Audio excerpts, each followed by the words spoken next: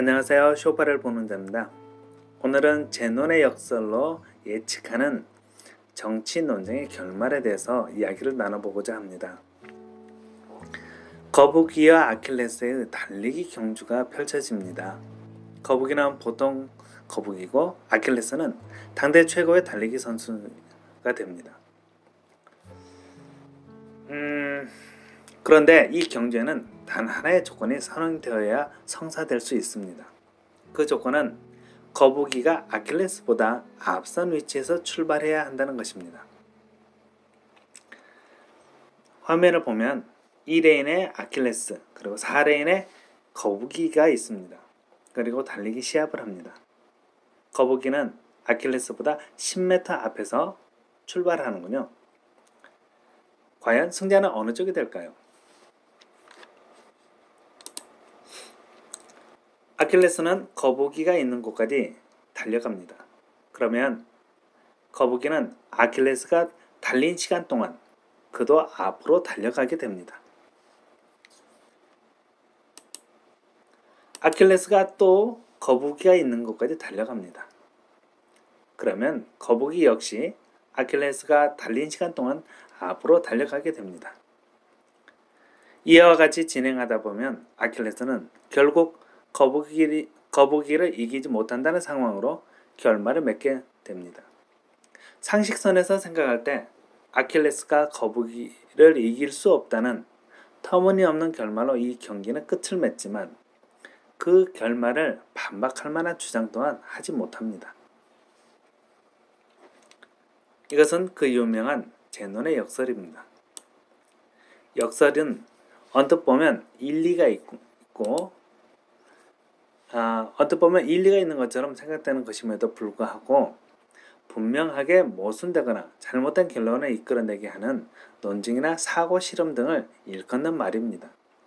쉽게 말해서 누군가가 작심하고 속이겠다는 상황인데 어느 누구도 그 속임수를 찾아내지 못하여 속수무책으로 속고 마는 것입니다. 그것은 그 내용 가운데서 어느 부분이 잘못된 출발이었는지 그 단서를 찾지 못하기 때문에 미궁에 갇힌 꼴이라 할 수 있겠습니다. 상황을 조금만 바꿔보겠습니다. 달리기 경기가 있습니다. 강력한 우승 후보가 있고 우승 후보와 경쟁 관계에 있는 또 다른 선수들이 있습니다. 경기가 시작되면 우승 후보는 결승점을 향해 달려가는 데 반해 경쟁 선수들은 우승 후보만 이기겠다는 신념으로 달려갑니다. 이렇게 생각해 본다면 둘 다 목표가 같다고 여길 수 있겠지만 엄밀하게 말하자면 다르다고 할 수 있겠습니다. 이 상황에서 누가 우승을 할 수 있을까요? 경쟁자는 자신이 우승 후보보다 앞서는 상황이 되면 최선을 다하던 모습에서 다소 여유로운 모습으로 바뀌어 버릴 것입니다. 하지만 우승 후보자는 결승선만을 바라보고 달리기 때문에 변함없는 마음가짐으로 끝까지 최선을 다할 수 있으리라 봅니다. 그렇기에 결국 우승의 영광을 거머쥐는 이는 우승 후보자가 되지 않을까 합니다. 그런데 우습게도 이 같은 상황은 오늘날의 정치에서도 유사하게 일어난다고 하겠습니다. 정권을 잡은 집권당과 그 집권당을 견제하는 야당이 있습니다. 그리고 이 두 진영 사이에는 항상 사회적 이슈가 자리를 잡고 있습니다. 사회 전반적으로 귀추가 집중되는 특이한 이슈가 발생하는데 이때 집권당이 먼저 그 이슈에 문제를 제기하는 것을 시작으로 야당은 후속 주자로 문제를 제기하는 상황이어야 하는데 이렇게 정치적 논쟁이 시작되어야 한다는 전제 조건으로 이야기를 해보겠습니다. 가령 명절이 다가오면서 물가는 상승합니다. 이것을 눈여겨본 집권당의 한 인사는 물가 상승의 요인은 상인들의 폭리에서 비롯된 것이라며 비난의 목소리를 냅니다.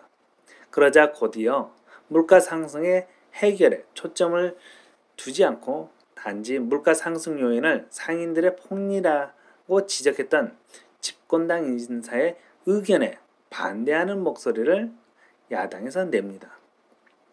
이럴 경우 어느 누가 민심에 잘 부합하고 있다고 할 수 있을까요? 우리는 제논의 역설이 주는 교훈을 파악하고서 역설이 갖는 위험성 또는 그 미궁으로부터 벗어날 수 있어야 하겠습니다. 이것은 집권당이냐 아니냐가 핵심이 아닙니다. 양당 모두에게 해당되는 교훈이 될 것이기 때문입니다. 물가가 상승하게 되면 집권당은 물론이고 이를 견제하는 야당에서도 동일하게 물가 상승 요인에 관심을 두어야 하겠습니다.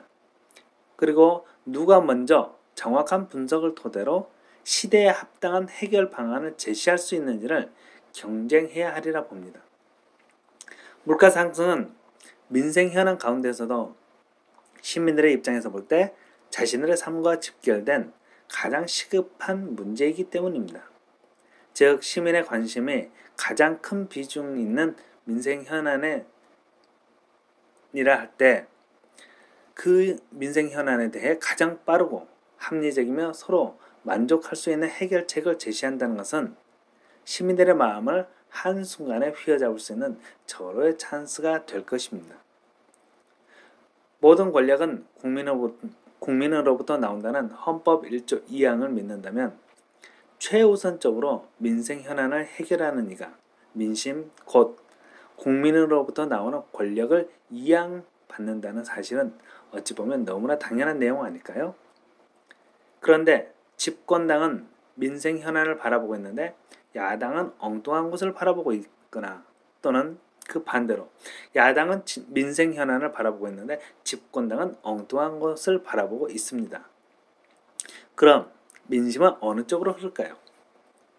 민심의 이반을 인위적으로 컨트롤할 수 있는 정치인이라면 이러한 사실 정도는 한눈에 파악할 수 있으리라고 봅니다. 왜 민심의 이반을 인위적으로 컨트롤한다는 사실이 중요한 것이냐 여겨지는 것일까요? 중국의 장관 역사를 살펴보면 민심의 이반이 얼마나 중요한지를 한눈에 알 수 있습니다. 집권하고 있는 왕조가 선정을 베푼다면 민심은 집권 왕조에서 떠나지 않습니다. 하지만 반대로 집권하고 있는 왕조가 권력을 사유화하고 그렇게 사유화된 권력을 이용해서 사리사욕만을 채우는 데 이용하게 될 경우 백성들은 심각한 재정난에 허덕이게 되고 급기야 무리한 세금 징수로 인해 재정적 파탄을 맞이하는 이들이 속출하게 될 것입니다.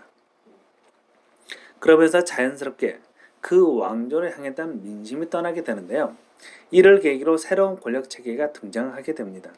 그리고 왕조를 떠났던 민심은 신흥 권력체계로 옮겨가게 되는데 이 같은 정치-사회적 변화가 일어나면서 반드시 왕조의 교체가 일어난다는 것이 중국의 역사입니다. 거대한 자연재앙이 일어나기 전에 생쥐나 새떼들이 떼를 지어 이동을 하는 기이한 현상을 목격할 수 있습니다.